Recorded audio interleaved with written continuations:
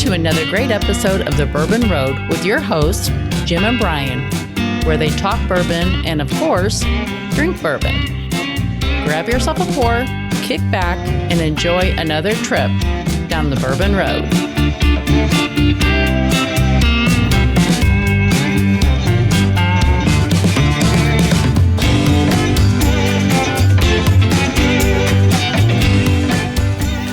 We are excited to have our sponsor, Seldom Seen Farms, with their bourbon barrel-aged maple syrup. Kevin and his staff there do a wonderful job.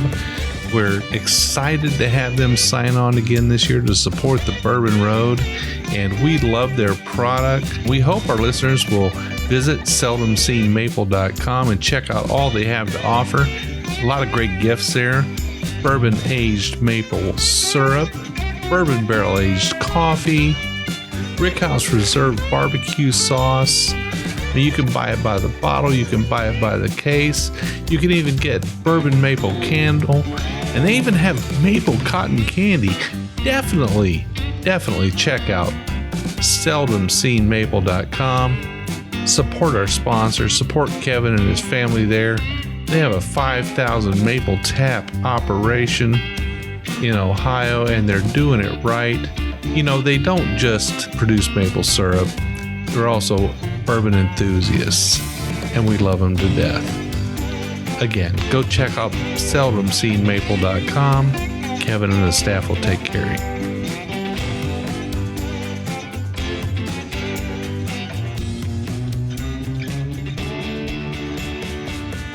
Hello, listeners, and welcome back once again. This is the Bourbon Road, and I'm your host, Jim Shannon.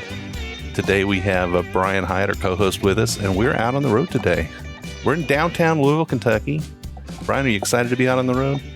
Yeah, I'm very excited to be here. I know, it's pretty awesome. We are actually in Old Carter Distillery. This is the headquarters, right? It is world headquarters. World headquarters. Central world headquarters, downtown Louisville, Kentucky. Right on Market Street, right in the heart of things. Right next door to Justin's House of Bourbon, just down the street from any number of other distilleries. This is kind of where the heartbeat of bourbon is. And we're glad to have you guys back on the show again. So excited. Mark and Sherri Carter, welcome again to the Bourbon Road. Jim, thank you for having us on your show. It's so nice to see you again. Yeah, you too. We've always had such a great time. I think we were talking about this before the show. I think you're only our second guest now that has actually been on the show with all three of our co-hosts. We had such a great time at the Seal Bock with Randy. That was that's 2017 or something like that, wasn't it? Yeah. 2018 maybe? 18. Absolutely. And then we had you on again with Mike, and COVID was just rough, right? I mean, it was just a tough thing for everybody, but you guys managed to squeak by and do a lot of great things, and we're going to talk about that today. So excellent. And we're all on the other side of COVID. At least we like to think we are, right? Yes.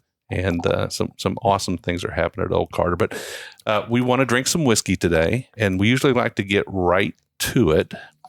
So I'm going to ask one of you to introduce what we're drinking in our first glass today. Sure, you want to go ahead? Sure, if I could see the bottle, I'd be happy to. Yeah. Okay, and I'm not wearing my glasses, but I do believe that we have in our Glencairns today. First of all, cheers, you guys. Yeah. Cheers. What we have in our glass. It's a great Monday. Even though this will come out on a Wednesday, folks, we are at a Monday sitting upstairs at Old Carter. What a great place. Good way to kick the week off. So what we've got rolling here first is this is a single barrel Kentucky straight bourbon whiskey. Aged 14 years. It's got an age statement on it. And this is barrel number 1. Believe it or not, we're drinking bottle number 14 of 121. Mark, you got your glasses on. Yeah. Can you check me on that? Yeah, it's 121 proof. No. Oh, no. It's actually It's 121 bottles. Yeah, What's that little number in the bottom right? 117.6. Thank you. That's pretty close to 121. Yeah. I mean, they're almost interchangeable. I was hoping it was going to be 121. But Me too. All right. Well, I'm excited to try this. This is this is typical of your bourbons, at least in the proof range, right? But the age this is pretty elevated. It is elevated. Yeah, this is one of the, we bought 100 barrels back when we first got started in 18. Actually, 17, we bought these barrels. And we've held on to them, and we release a few of these every year. And so it's been real fun. It has been fun. All right, well, let's check it out. Cheers. Cheers. Well, I fully expected to get woke up in my nose, but it doesn't bite at all. It's still just nice and kind of a creamy caramel nose to it. Does have a smokiness to it that you would expect out of a 14-year-old bourbon. Mm-hmm. Jim, I would agree with all of that. Being 117, I thought there would have been a little more ethanol, a little more burn. I just don't get that. And that's exciting. That's good. We don't like that. We That's don't right. like that, Brian. So so being the master blenders that you are, when you have a single barrel whiskey, it's kind of tough to take one barrel and say that's the jam, right? But it does happen. It is tough, actually. And so we've got great barrels, but do they taste like what we like blending? Yeah. Mhm. And this really does. It does. So we have our, our check boxes for our single barrels, which really we want that whiskey to taste like a blend with nuances and complexities that you'd find in a multiple barrel. So you're drinking through these barrels, and you guys have a tremendous whiskey library that spans many years of age, I'm sure. But when you're drinking through these, I guess you come across one, you go, I wouldn't touch it. Yeah. I wouldn't do anything to it. Yeah. That's a single barrel. That's a single barrel. Wow. I'm ready to taste it, guys. Oh, we were supposed to wait for that. Yeah. Oh, no. Well, I usually spend so much time talking and nosing that I forget to taste. But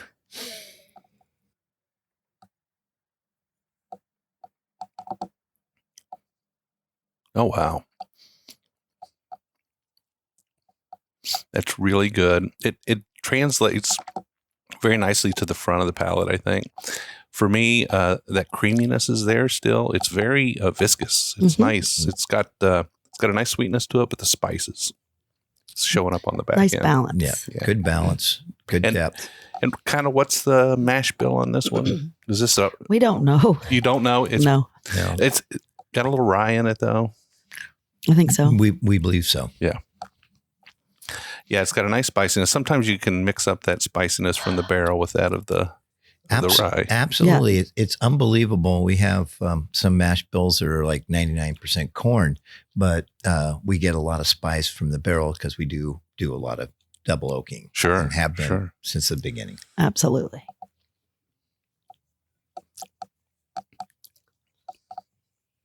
It's a little dry on the back end, but kind of in a give me a cigar kind of way, right?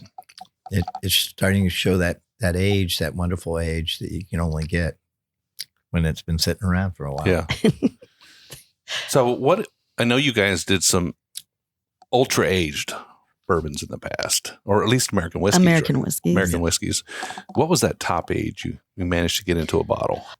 First of all, we were very, very, very fortunate to be able to work with these barrels that we got our hands on. That was also in 18, wasn't it, Mark?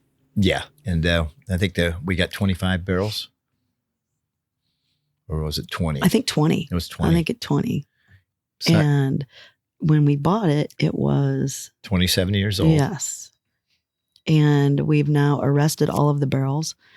And the oldest one that we've put into a bottle is actually 29 year old. 29 years. Wow. Yeah. Yes. Wow.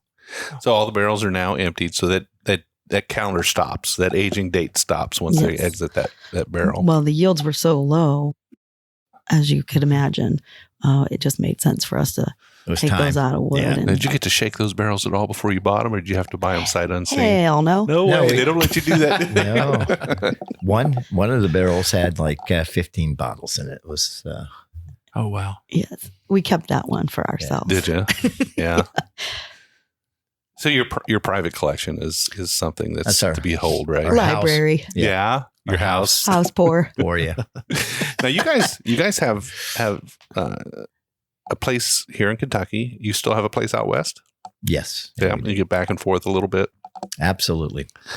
So the weather's been kind of rough out there lately. Have you been going back and forth a lot, or spending a lot of your time here? Mostly the time is spent here. Yeah, And I think lucky if 10% of the time is out in California.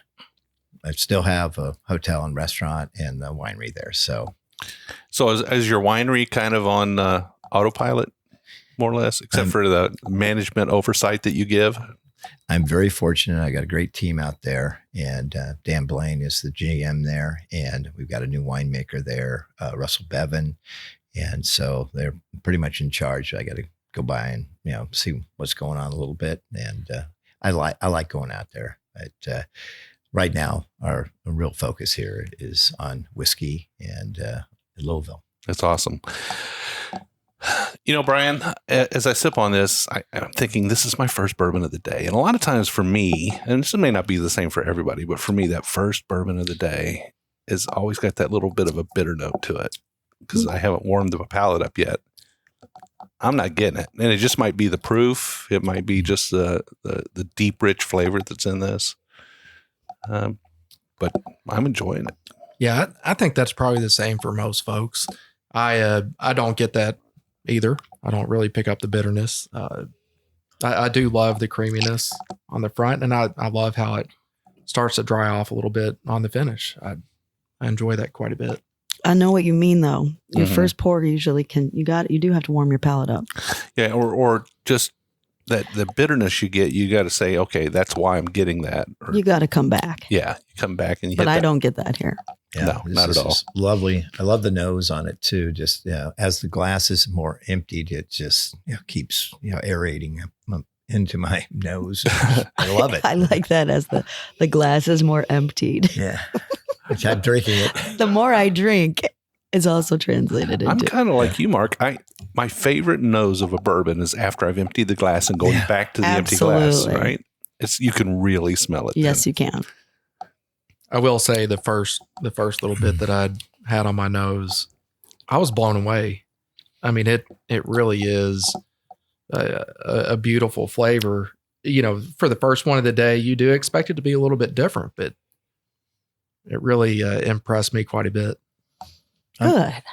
I'm kind of Mission happy. accomplished. I'm happy we started with the Kentucky too. bourbon, which is the 14-year-old, Yeah. because it's softer. We're going to work our way up to American whiskey. So Yeah, it's funny to say. We're starting at 117. We're going to work our way up, right? Yes. But this is great. And so let's talk a little bit about how you guys navigated that tough period of time we had since the last time we were on the show. Well, as we chatted about before we got going, we've accomplished a heck of a lot in the last few years here, and we had the luxury of being able to continue to do our work actually while everything was shut down. So we were hunkered down right here in Kentucky. we actually got the shop opened up during COVID. Yeah. The end of COVID, really kind of around Thanksgiving of 2020, we opened the downstairs up. And Yes. we worked all of that year. And that worked out, I think, real well for us. We were fortunate to be able to do something during COVID. Absolutely. And keep going Absolutely. and blending. And we made a focused effort on increasing our social reach at that time. We were very, very much embraced that era, if you will, to connect with people as we all did, obviously. But it was actually, we had a lot of fun. We did a lot of crazy interviews, YouTube stuff, lots of Zooms, obviously everybody did. But I feel like the whiskey community really was reinforced right during that time, and all the bottle shares that people partake in and everything. And we absolutely love that part of the industry is the people. Community is great. I think the industry as a whole had to kind of change the way they operated just a little bit. But they didn't stop what they were doing. They just changed the way they did it. You know, for us, we're the Bourbon Road. We're always out on the road. That's our whole shtick, right? We get out there and we visit people. Couldn't do much of that. No. So we had to rely on Zoom a little bit. Yeah. And for me, I felt like I lost that connection a little bit. But man, I tell you what, when you're even on Zoom, when you're sipping on a whiskey and you're talking with somebody that you know, some interesting conversation, you can still make that connection. I think the whiskey and the common topic just makes it comes right back. So not my preferred way of doing things, but certainly may do. Yeah, it's great to be able to be together again. Yeah. With each other. Of course. It really is. Well, tell us a little bit about this place we're in here. So this is, what's your address here, first of all? Well, it's an undisclosed location in downtown Louisville. You gotta know the password and knock 3 times. It really is open by appointment, but. So it is at 105 West Market is our location of Old Carter Whiskey Company. We're not open to the public. We are a production facility. We do have a couple other things happening here, but this is where we bottle. This is where we get the whiskey. We blend the whiskey. We distill here, and then it goes out to distributorship. Old Carter Labs, right? I mean, exactly. We do our blending here. Yes. Yeah. So you've got this nice area upstairs where we're at right now. So this is the second floor of your building, and it's quite impressive. What do you use this for? So this is the Old Carter Social Club. As we were chatting about earlier, we have been very busy since we saw you last. And one of the things that we sought to do was to increase production slowly. We've always said, you know, we're going to make whiskey with integrity as we see fit, and we're not going to expand quicker than the whiskey will let us, right?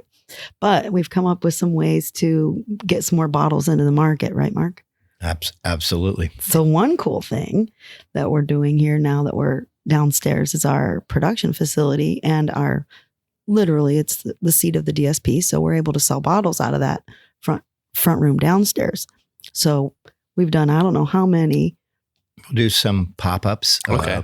About every 2 months, we'll do a pop-up, and we'll do a single barrel or something like that, or a very small batch. We did a Derby release last year.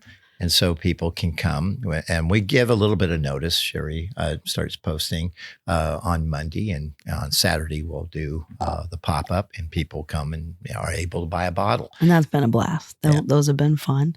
One of the things, we're so small, you know, it used to be just Sherry and me doing everything. And then we were so fortunate to get Jay Matthews and Brian Booth on board this last year. So now we have crew. That's why we were never able to actually still have a bottle shop or just sell out the front door or do tastings to the public. Yes, we tried to clone each other, but it didn't work. So, yes. And so the Social Club is yet another channel that we release an entirely different lineup of products. So the Social Club locker program is such that you can have your locker and you get an email, and we have special releases just for you as a locker member, Social Club member. So how does that work? I mean, do they make the purchase and you walk the bottle up to their locker? Exactly. Yes. Right. Wow. Absolutely. That's pretty cool. Very cool. Yes. And then you come and you pick up your bottles and take them with you. Right now, we have folks that actually have their lockers full, and they haven't come to town to pick them up yet. But we have other lockers that are empty because the folks have come and picked them up. We promised at least 6 releases a year. Yeah. I think we actually did a little bit more than We that did. last year. And it's been really fun to watch, first of all, to meet a lot of these folks, because we've known them often like on Instagram or through social channels, but have not met them. And so they come here and pick their bottles up. A member can bring up to 5 guests, and we do a tastings for the groups free of charge. So that's a perk of being a member. And it's been really neat to see the groups meet each other. Sometimes there are 2 groups in here at the same Sometimes time. 3. and they know each other because of their Instagram handles or whatever, but they've never met, together, face to face, and either have we sometimes. So it's really fun to finally, like you say, after COVID, get to see each other and actually even give each other a hug. Yeah. That is pretty awesome. So they join your club. Yes. And then they can purchase these bottles on release and have them delivered to the locker. And then by appointment, they can come in and pull from the locker and have a tasting here, and you guys will come join them. Now, the interesting thing is you don't get to open the bottle that's in your locker here. You take it home, but we will open a bottle of what's in your locker and pour it for you so you get to taste what it was. That's and what even better. It is the best deal. It's almost too good to be true. Yeah, that's pretty cool. So when someone wants to join the social club, what is the process for that? Do they just reach out, send an email? Do they? Yeah, they can email. The boys will love it. Yeah, they're going to love this one. You can email Jay, at oldcarterwhiskeyco.com or Booth, Booth, Brian Booth, at oldcarterwhiskeyco.com. Now, right now there is a wait list, so it may take a while. We're working on more lockers, Yes, so that that will actually happen. this floor is spoken for. So That's great. So you're telling me, I mean, this is a huge wall of lockers. These are all spoken for. Yes, and we have 50 people on the wait list. Oh my wow. goodness. Wow. So we have to get busy again. Is there another Yeah. floor? Yes, there There is. is another floor. And when that one's full, we can go next door. Okay. So you guys, this building is not just vertically from your shop downstairs. No. This is also, you move out to the corner, right? So you own this entire corner of Yes, that's job correct. well done. Yes. That was the visionary right here, Yeah. for sure. When we looked at the building, it was like the fourth or fifth building we looked at that day. And I thought, oh, there's no way this is not the building. No way. And Mark said, we'll take it. This will. I looked around and said, I couldn't get a better neighborhood. Look at who's around us. No, it's a great location. We got for Omni, sure. we got Distilled, we got all these hotels. This is great. Little And that was neighborhood. what year did we get it? 19? Yeah, Yes. beginning of 19. Well, I guess that's good because you had this big project you had to do and you had all that time to do Exactly. It actually worked out very well. Yeah. Yeah, we're All right. blessed. We're very blessed. Very blessed. Well, I want to keep talking, Oh, we got to pour something but I else. also want to drink. That's it. I Let's can't do see it. past this microphone. I didn't know you were out. You can push it out of your way. Go ahead. Oh, good pop there. Nice little pop. All these have such great color. Such great. So I'm sitting here looking at 4 different bottles. We've only tried the one so far, but they all have this just deep, rich mahogany color to them. Well, I'm glad that you noticed that because everything we do is barrel strength, and we've talked about that before on your program. And I think that alone obviously gives us that deep color. But we also do a lot of, as Mark mentioned, the double barreling, which gives it that beautiful color Yeah. too. So what we're drinking now is actually the first batch of OC. This is the very small batch that went upstairs here to the Locker Club members. And this was probably a 3-barrel blend. Yes, that was another fun project that we did. Since we've seen you last, we started doing these very small batches. So our normal small batches gets a little confusing. So try to follow along. I'm glad we're getting VSB versus SB, right? correct. You got Okay. it. So the VSBs are the first go round were 3-barrel blends, and I think the goal was to create these very small batches so that each of our distribution channels could receive the entire small batch or very small batch for their market. So we're in 7. Mark knows the states really well. We have 7 distributors, but we're in 12 states now. Okay. So we did these VSBs and those, and we, it was very cool because we sent samples out to the distributors of ones that they could select from. They didn't do the blending. We did the blends, sent them sample blends We sent 3 different blends out to them to each one. and then they would pick one, and then we'd get the other 2 back, and we'd make another one and send 3 more out to the next. it really kind of, slowed things down a little bit, for the first one, but it was fun. Sure. And we got to figure out what they liked. On the next time around, we just kind of blended for them and said, here is your batch, your very small batch. And that was a godsend. Otherwise, we would have been took forever. But it was a lot of fun. And it was interesting to see which distribution channels actually selected those flavor profiles. So it was a great project. And we've now increased our VSBs to A five barrels. barrel. Yeah, 5 barrel Okay. this year. And that's To what get a few more bottles out to Mark. That's great. we have a problem sometimes because even our small batches may only be 10 to 12 barrels. And to divide that up 7 ways, the distributors ends up starting getting like 200 bottles. Yeah. And that's not really fair or enough to take care of anybody. So by doing these very small batches, you're starting to talk about almost 900 to 1,000 bottles. But that's focused on a distributor. Yeah. Or You bring up something I forgot about, but we did have a challenge during COVID with supply chain stuff. And that ended up, a series of events occurred that really dug into one of our production before we were in-house. Yeah. So when we were producing off-site, we had a big kind of setback. Remember that? Was that in 20 or 21? 21. 21, we really rolled back. It's hard sometimes when you have to rely on somebody else, spot to do the bottling. And that became a real problem because you have to kind of get your dates almost a year in advance to be on the bottling line. So And we're a creative, small, lithe team here. moving We're not, team.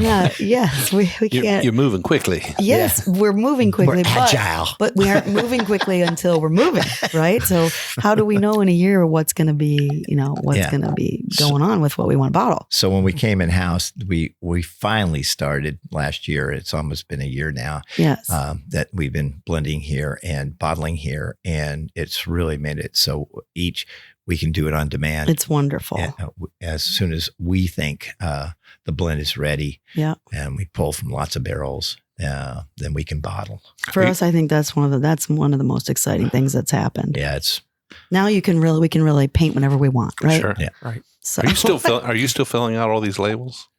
I am doing a lot of them. Actually, one of the reasons we brought Jay on board was because his handwriting was good. it's perfect. It looks just like Sherri's. So you can still claim it, right? We have had to have some help a few times when we get a big run all at once, because the way it goes is we don't know what the proof is. We don't know how many bottles are in the batch or VSB until we actually blend it all. Sure. And then the fun part is when they call me in and actually have me write. And I want to write. I'm going to write my labels again. If you ever see really bad handwriting on a bottle, I did that. Well, actually, I have the worst handwriting. Actually, the Bourbon 14 that was the last big run we did, right? Yeah. Jay and I divided and conquered, and yours truly had a few samples. Yeah. Let's just say. So, Mark, if those ones are out there, they're not yours. They're mine. Uh-oh. I know. I think you just need your own font. I do too. You just I'd need love your that. own font, and I'd then love nobody that. will know. Exactly. But you'll lose that connection with the bottle. No, right? I really do get in the zone writing the labels. I design we've talked about the design and stuff like that, but it's nice. I send each little heavy horse out on her way to go out, make friends, enjoy the ride. And Well, let's talk about this blend. And Sherri, on this one, I think I'd like to hear yours and Mark's tasting notes on it. Okay. I'm going to actually, this is like 117.6 on this, and there was 507 bottles made. And this is bottle 39. And a little bit about, how you craft a blend. What goes into crafting a blend? a lot of time. Yeah. And, Well, We get we decide we're going to do bourbon, and we bring over how many bottles we're going to do, and we can only do at this point a certain size. We can maybe do 700 gallons. So you figure out how many barrels that's going to be, and for us, we try to hedge our bets, and we'll go and get maybe 2.5 times that many barrels. Can you see the table in the other room? I can see that. So a lot of samples. Those are our samples we get. And then we taste through all individually. Of those. It might be 50 barrels for a 12-barrel blend, or so we'll taste and we'll select the ones we love, and then from there we'll start blending. Trial blends. So, is there kind of a method to it? I mean, do you say, okay, we need to find the base bourbon? Let's Nope. find the base. No, we don't do that. Not really. I mean, I think that just when you think you get it figured out, you don't know anything, your formula kind of goes. We'll try. We know what we did last time, so we'll look at those notes and we'll figure out maybe also we'll get these barrels and different chards and all these different things, and you start blending them together and say, well, that really didn't work. We'll pull some of those out and put something else in, because you'll taste it and say, well, for us it may be too big or too small or not sweet enough, unbalanced. It's not balanced. Something comes forward that throws it off. Well, it's such a craft. It's such a skill that you guys have. I mean, we've played with it. We've had shows before where we've had blending contests and have our listeners join in, and we'll have a master distiller come in and join the tasting panel to grade them. And it's hard. Everybody thinks they've got this plan. You got this plan. I'm going to take this one, and this is going to be kind of my core. And then I'm going to get this one to give it some spice. And then I'm going to bring this one in to tone it down and add some sweetness. It doesn't work that way. No, it doesn't, Jim. It doesn't.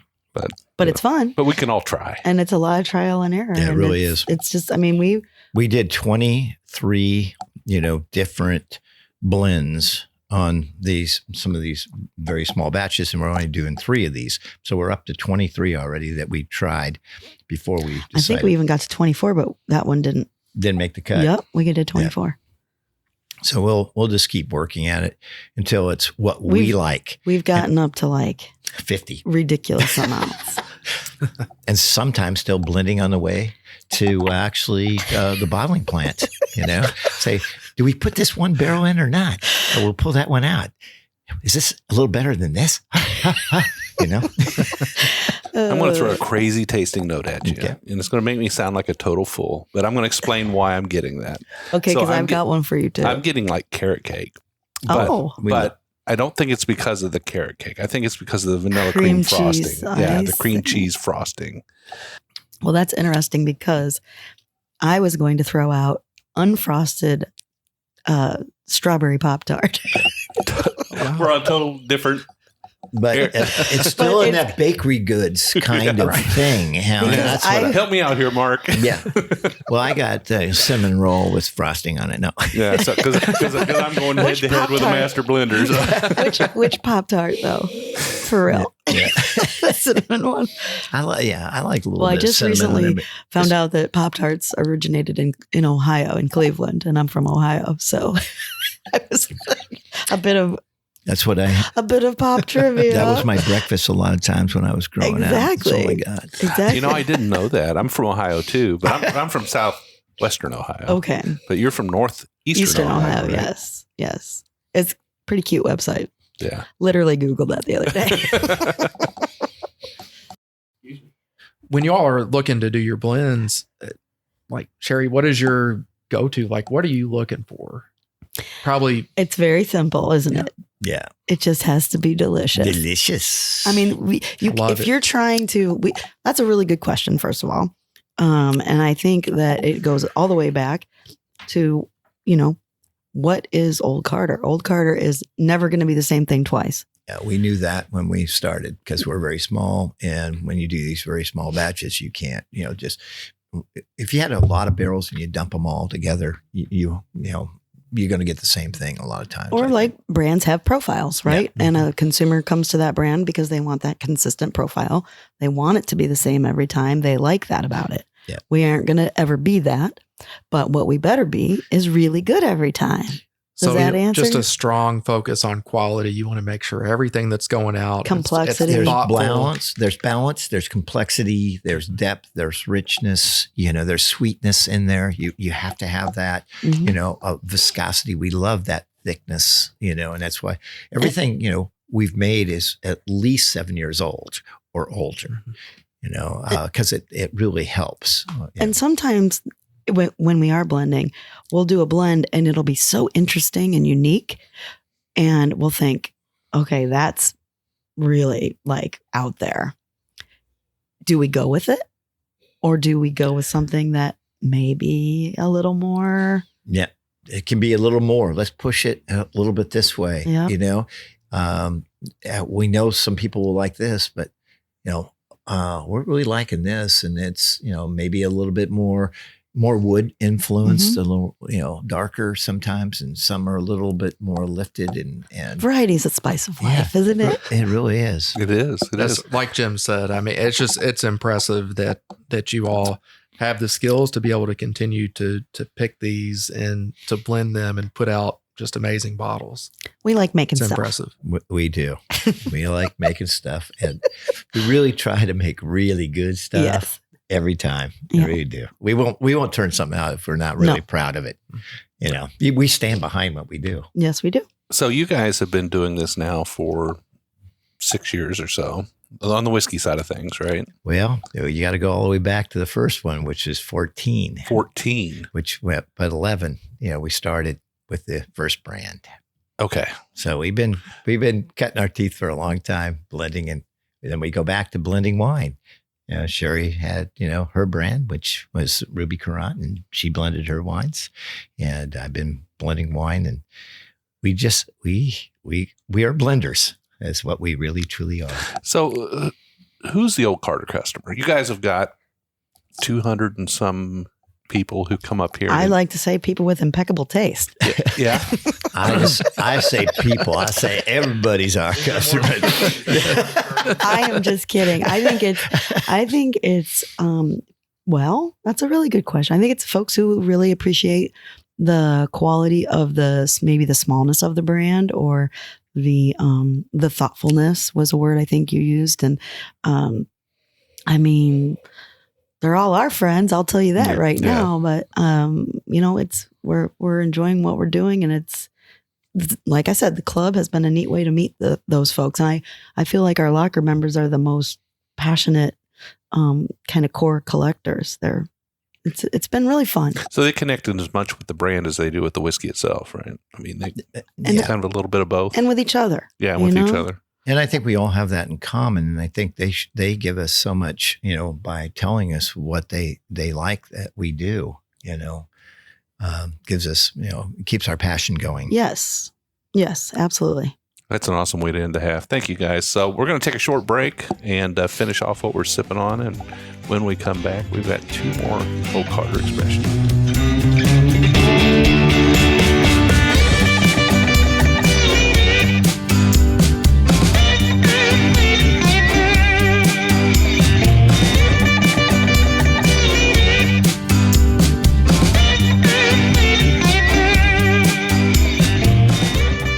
Folks, we definitely encourage you to check out seldomseenmaple.com. That's Seldom Seen Farms.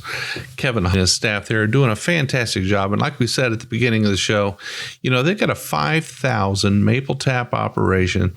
They're a first-generation farm with a passion to produce the very best maple products available.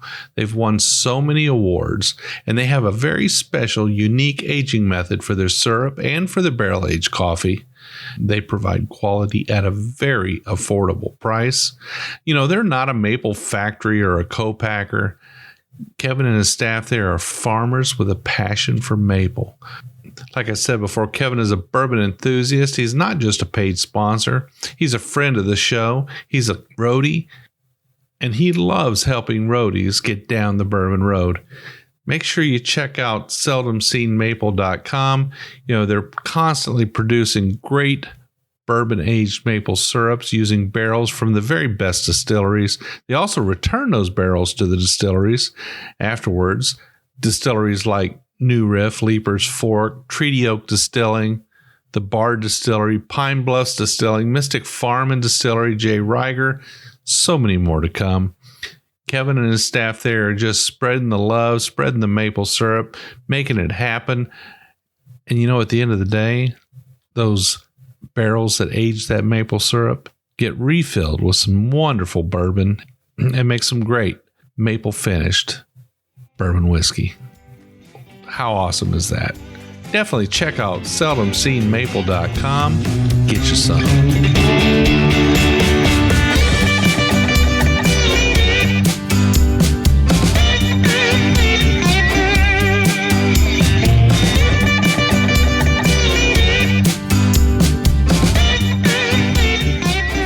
So we're back. We managed to make it through the half and drink off the last of that previous pour. That was some amazing whiskey. What do you think, Brian? It was amazing. Absolutely. And we're excited to try these next two you have in store for us. They're all just as deep and dark as the first two. And what do we have in our glass now, Mark?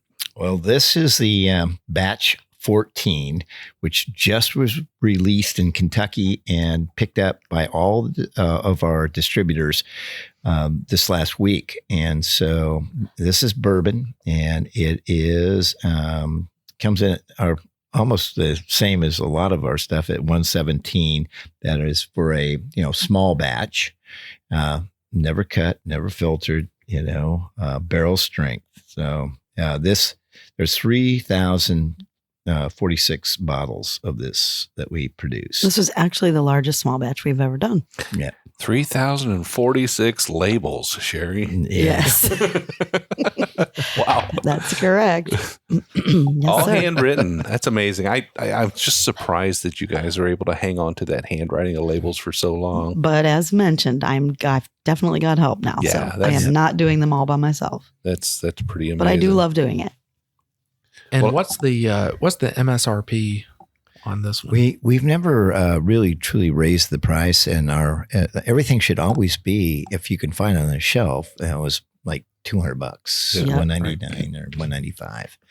In some states, I've seen it in Baltimore and places like that at $179 our release price, unless it's a single barrel or something with a really old age statement on it. Yes. Well, I mean, as it should be considered, it's a premium whiskey. Yep. It's something that people seek out and they want to find on the shelf. You don't always find it on the shelf. I know we've got a number of spots that, we've toured around with you going into liquor stores before, and you're always hoping to see that bottle of Old Carter on the shelf.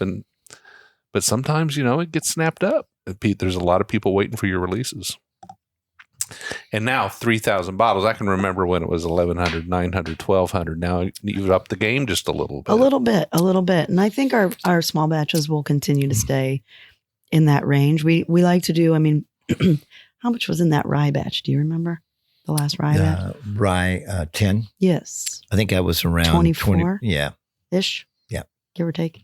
So I think we're up a little bit, but we're never going to be.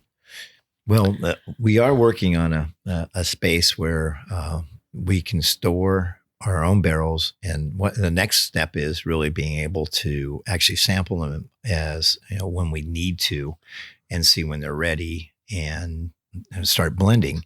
But we'll also have maybe a bigger bottling line. Mm-hmm. We're doing everything by hand downstairs, and it takes actually 8 people. If we have 8 people, we can move along pretty fast.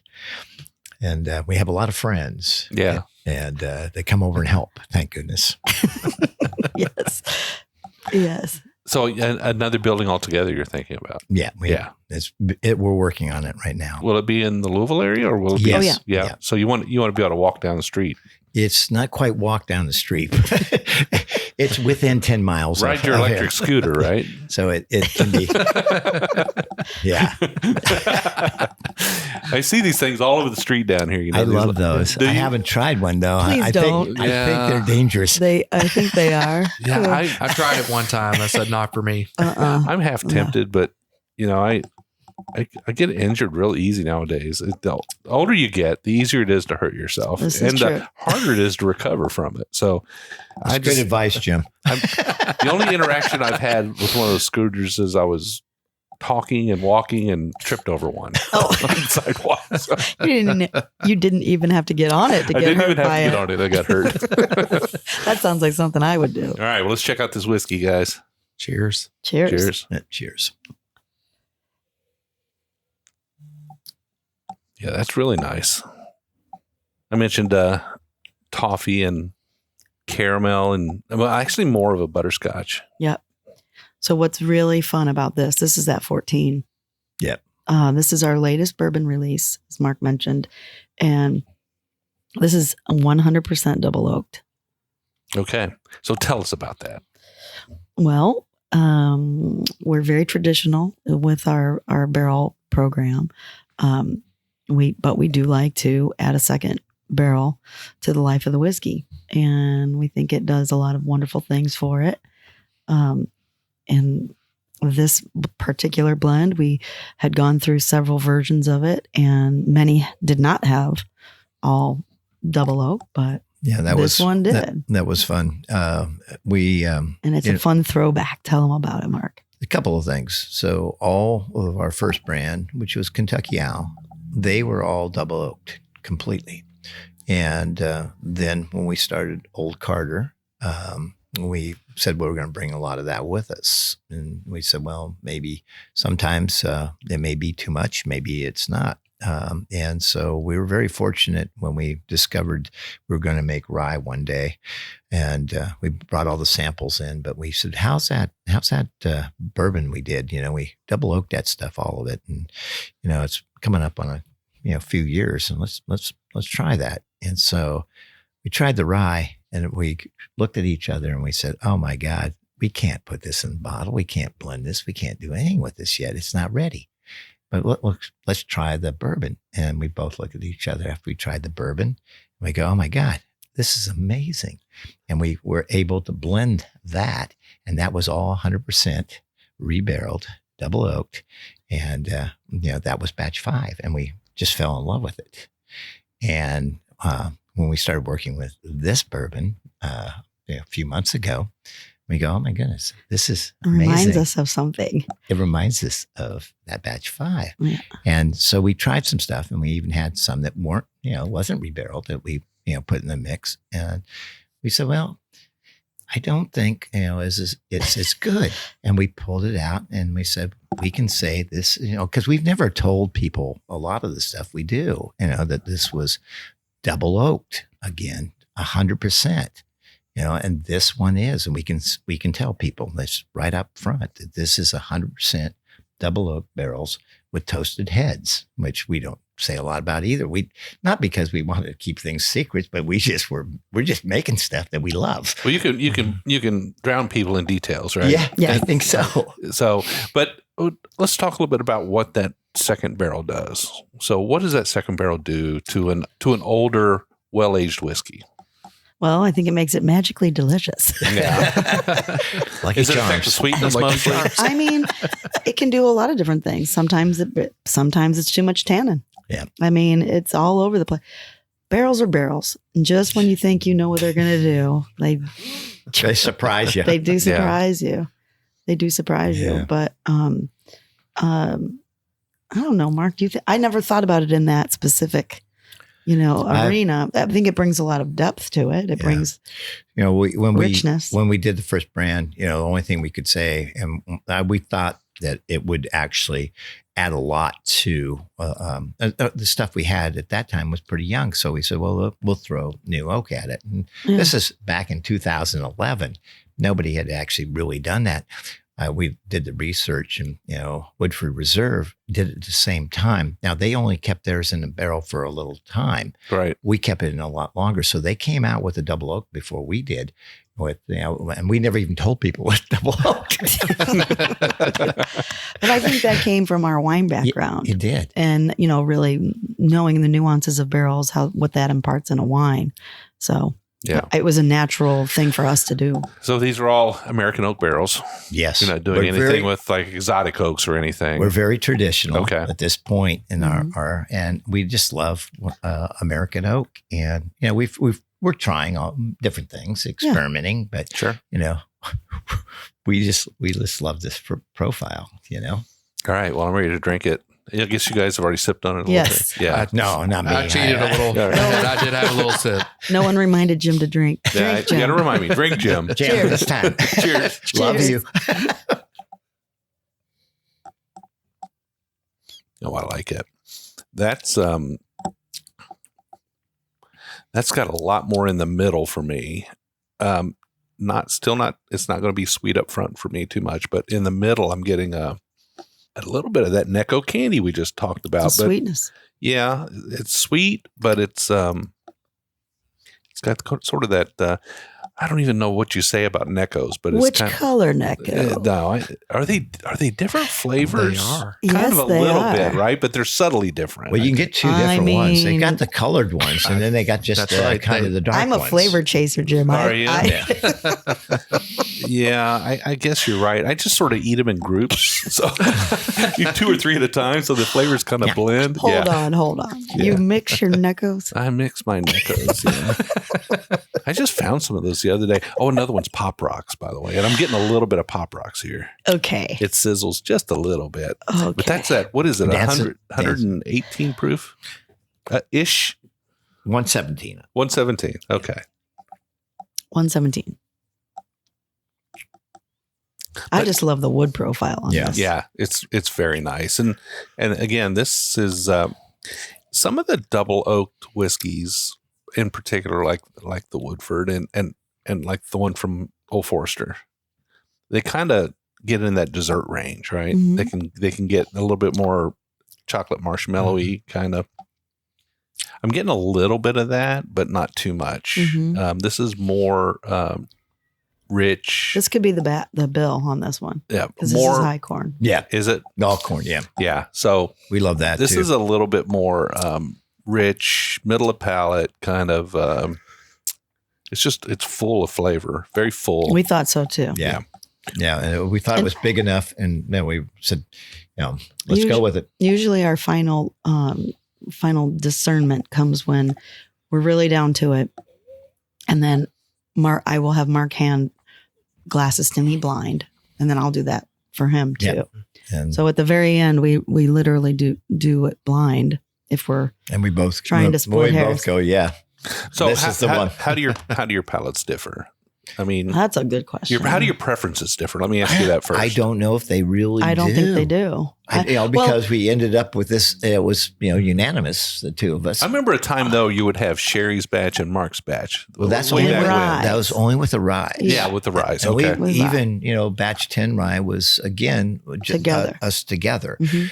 I would always, I felt rely on Sherry's, her nose, on her aromatics, because I think women, a lot of times have, better, sense on, when with smells, and so I'd say, what do you think on the nose? And I'm all, I love nose, but I do love mouthfeel. So I'm really heavy on mouthfeel, but I'm sure he is too. So I think, we're closer than we always ever thought. I we think were. so too. And I think that, again, it comes down to a quality level, right?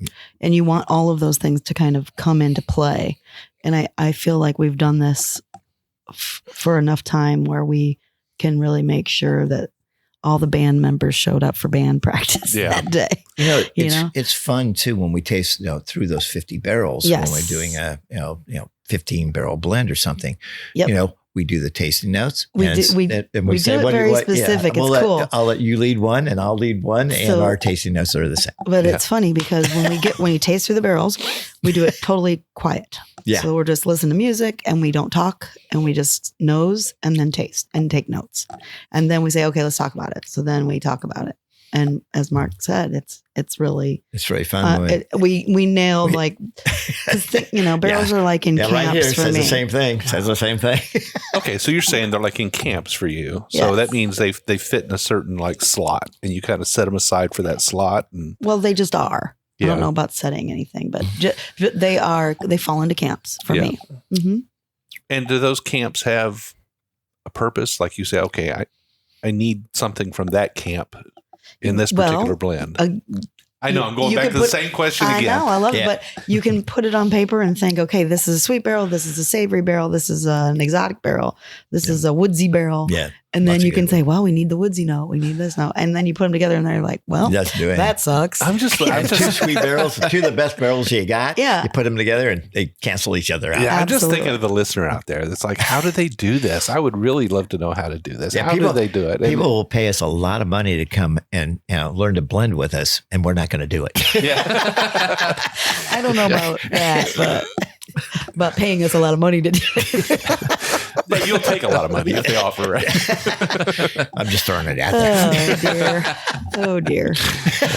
All right. It is Monday motivation. It I is guess Monday. Mark's on it there. Yeah, it's a lot of fun. This is great. It's a new week. I love this. I really do. I'm sorry to say. Yeah, I guess I've had a couple tastes now, but I'm really very happy. Okay. And also, it's the newest release, so it's exciting. We're always excited about the new baby in the it's house. it's the one we haven't had much of, Yeah, right? So yeah. it's just brand new. So this is something that is different from the other two altogether. very much And so. in its own way. Most of your whiskeys, and I think the first three are all in that camp, is that they all have a good medium to long to. In the case of this one, I definitely say it's a long finish on it. It definitely keeps beckoning you to come back. Yes, Bums me out. that's our. Oh dear, that's The our. little hair stands up on your. Mark's in the zone. Mark is in the zone. That's our LF, Yeah. long finish. That's Yeah. our code LF. Yeah, that's important because that's what keeps people drinking the whiskey, right? I mean, we like it. Yeah, It actually salivates It's you. important. yeah. And It's that important keeps for that us. going. You know. Well, they're not sessionable whiskeys. They're not porch whiskeys. These are things that are just you've got to visit and drink and enjoy and appreciate and put back on the shelf and come back and visit again. Absolutely. And they evolve, actually. Unless it's batch 3 American whiskey and you Just keep and it's drinking. COVID and you drink 6 cases yourself. Oh my God. Not that I would know about that from experience. Oh my goodness. I mean, it took a long time. Yeah, but even then it could probably burn your palate out just a little bit, right? No, No, not even a little bit. There was. I am one with the American whiskey now. I had to tell her to slow down a little bit. I said, we can sell that stuff. Yeah. Stop drinking finished goods. Drink the samples. Make your own blend. We got tons of samples in the closet here. Yeah, was Brian, I during- would think they've got like shelves and shelves of Oh, I would samples, think right? so. That was Yeah, that was literally during the lockdown.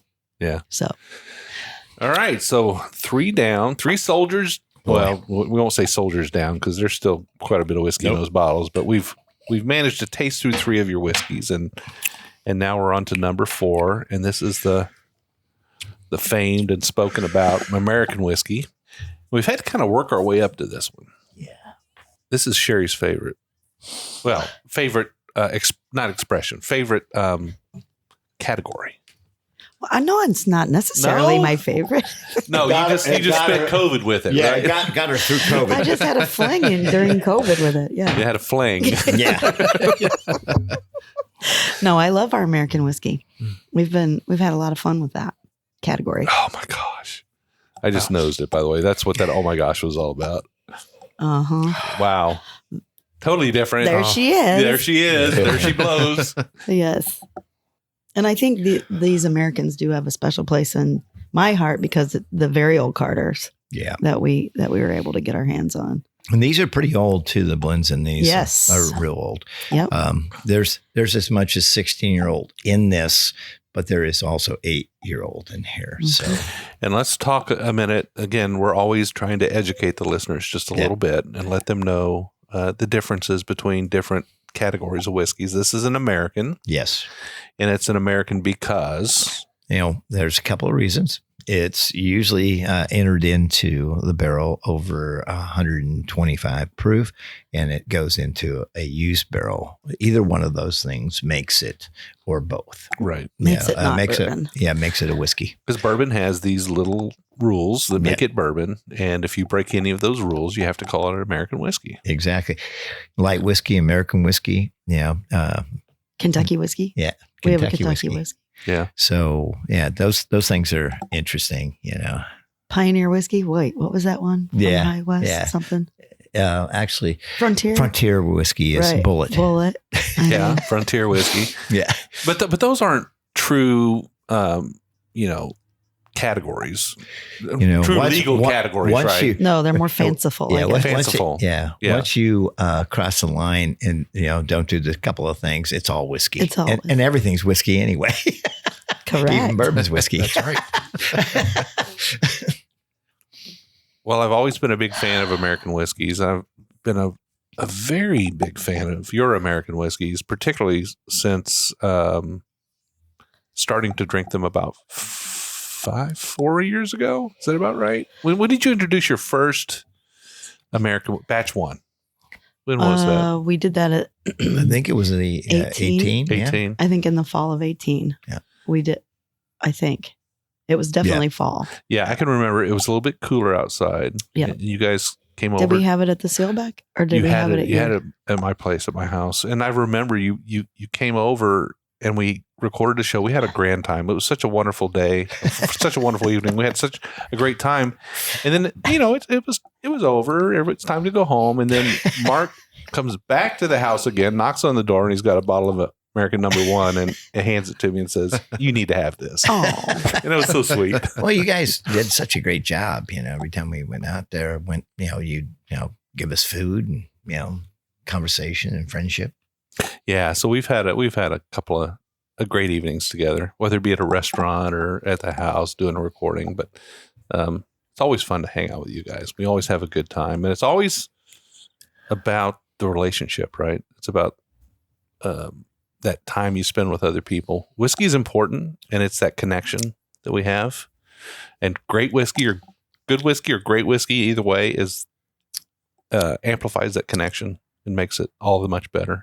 We've always had a great time with you guys. Always had a lot of fun, and I know you get around. You guys are traveling about and meeting people and having tastings, and people are coming to your wonderful social club here. And what a wonderful life! Congratulations on putting together probably one of the best gigs people have ever had. Right?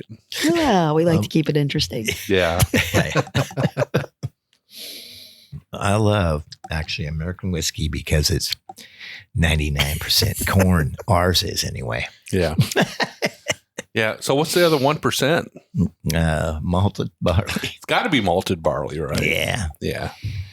We do that Kentucky whiskey too, which again didn't go into a new barrel, but So Kentucky whiskey is what? Would define Kentucky whiskey for It's me? whiskey made in Kentucky. yeah, exactly. Any At whiskey least- made in Kentucky. Yeah. Not a Ours particular is. mash bill or Ours anything like is. that. No, I think had I a- think we came up with that crazy, I don't category. know about that, but we nobody- named it. Nobody would name theirs We- Kentucky whiskey. Well, the reason we did, and it was a choice, yes, it was.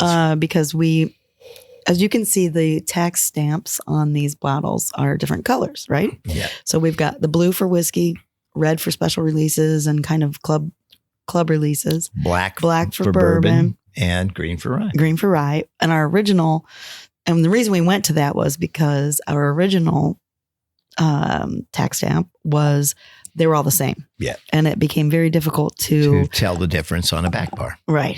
And so this was fun, but blue was designated for whiskey. Okay. American whiskey was the only whiskey we had when we made that stylistic choice. Mm-hmm. And that was high proof. Yes. Very high proof. This Usually stuff. always over 130. And then we had this lot of Kentucky whiskey. Now it fell into the whiskey category, but it certainly was not the profile of our American. Our first whiskey. batch was like around 117 or less. So it wasn't Very high, soft. It wasn't high proof. No, and a completely different profile. So we came up with a decision together that if we put American on there, people would be disappointed. Yeah, they would be like, "This is completely different from the last American whiskey that we got from them." So it happened to be from Kentucky, so it made sense for it to be Kentucky whiskey. Awesome. The crazy part now is though our Kentucky whiskey's at 130 and above now too, Right. which we're happy about. But it's fun because they're But different. it's a different profile. They are different mash bills. Yes. That's so great. All right, so let's talk a little bit about this place we're in again. I want to go back a little bit. So you're doing your bottling here. You're thinking about kind of moving that out to another location so that you can increase capacity, get more bottles out to your fans. It's really hard, and thank God for Jay Matthews downstairs. That guy is like, he fits every little pallet into every little crevice you can possibly get into. We can't do any more here. No. It's impossible. He's the production ninja, but he's working with what he's got. Cheers to Jay Matthews. Here's to Jay Matthews. And upstairs here, it's all about Brian Booth. Yeah. Brian heads up the social club. And he's heading up the social club. And Brian, we did get a chance to meet him downstairs. I hadn't met him before, but he brings kind of a great asset to what you guys do. Absolutely. Great team. Yeah. It gives you guys a little bit of time to think about what's next, right? Well, we've been able to focus a lot more on blending. Yeah. Frankly.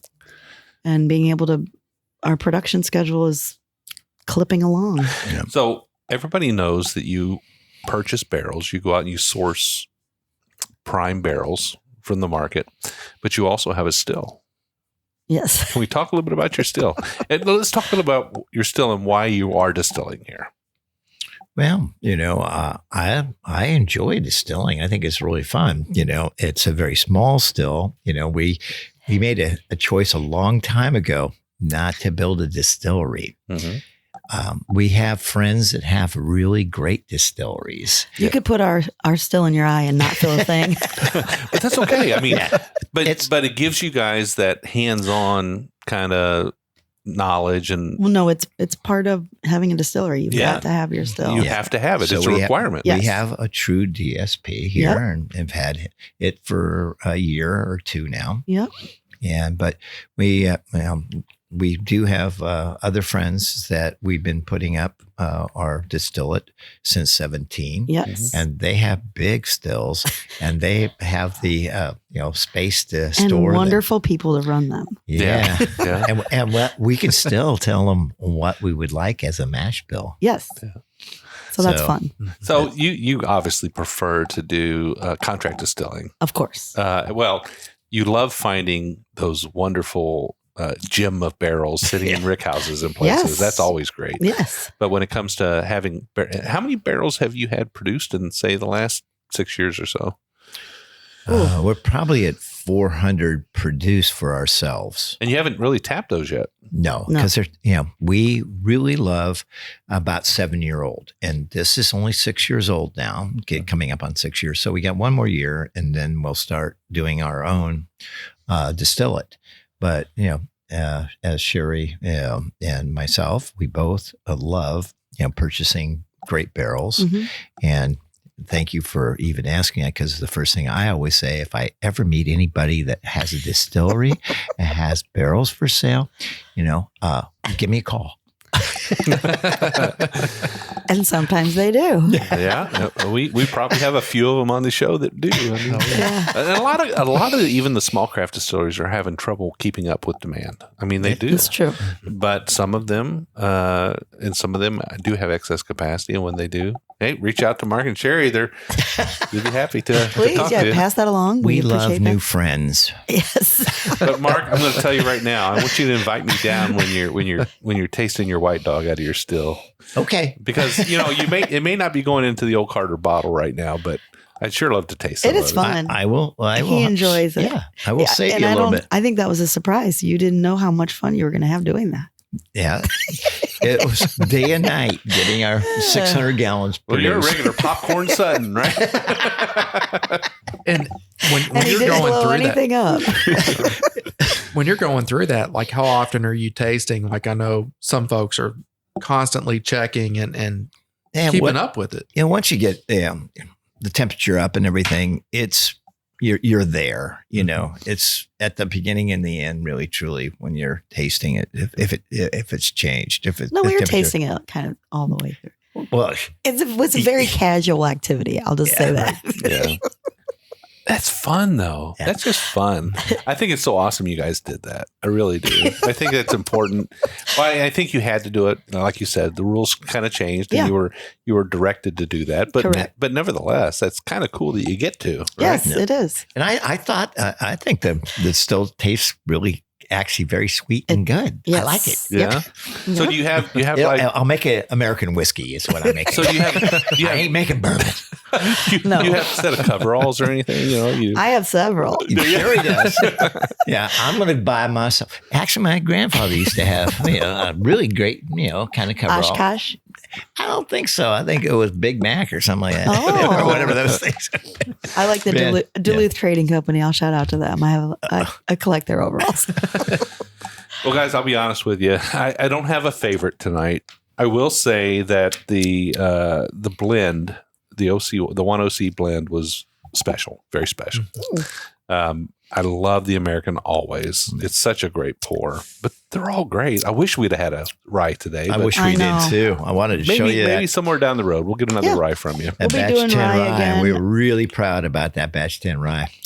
Yes. So what's on the shelves right now? Now, obviously, sometimes these bottle shops will have holdovers from previous releases, but I mean, what can people expect to see on the shelves right now? More than likely, That Bourbon 14. And Just went out. American 10 is there too. I So- saw a bunch of it go out, especially right here in Kentucky. I saw where everything went, and a lot of people got some 14 and American 10 and 9. 'Cause Okay. 10 and 9 went out together. And next will be the very small batches Yeah. in each of the separate distribution So channels. how often do you have releases going out? Is it every month or two? Every couple of months? Well, it's I think we're trying to do something every month, Okay. almost, or every Awesome. month or two. I would say like at you least every 6 weeks. Yeah. We're pretty solid going forward.